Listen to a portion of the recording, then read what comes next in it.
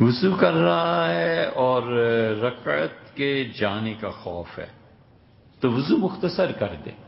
دو چیزیں ہیں، ایک ہے کہ اس کو رکعت کے جانے کا خوف ہے، چاہے وہ پہلی رکعت ہے، چاہے دوسری، چاہے تیسری، اور چاہے چوتھی. اور ایک چیز یہ ہے کہ اس کو تکبیر اولیٰ کے متعلق ڈر ہے. تو تکبیر اولیٰ کے متعلق اگر فوت ہونے کا خدشہ ہو تو پھر وضو مکمل کرے، کیونکہ وضو کو ترجیح حاصل ہے تکبیر تحریمہ پہ.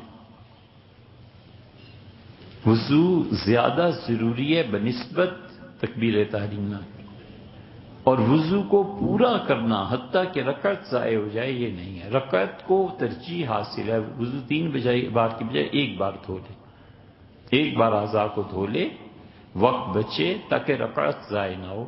شریعت کی ترتیب اس میں یہ ہے.